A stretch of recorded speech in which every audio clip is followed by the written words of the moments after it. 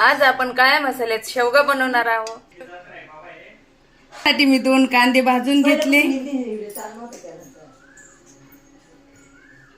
हिरवी मिरची भाजून घेतली, खोबरं भाजून घेतलं, 1 लसणाची कांडी घेतली, थोडेसे धने घेतले, 1 वाटी फुटाणे घेतले। आपण हे मिक्सरला काढून घेऊ। यात आपण तेल घालून घेऊ, मोहरी, मी कांदा लसूण मसाला घेतलेला आहे, लाल तिखट घेतलेला आहे, थोडीशी हळद घेतलेली आहे। आपलं तेल तापलेलं आहे, यात आपण काळा मसाला घालून घेऊ।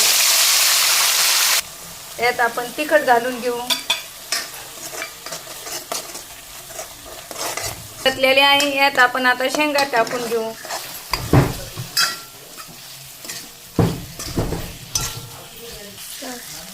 आपले शेंगा चांगले परतलेले आहे, यात आपण पाणी घालून घेऊ। आता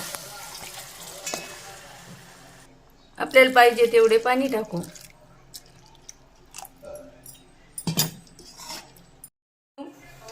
शेंगाची भाजी रेडी झालेली आहे।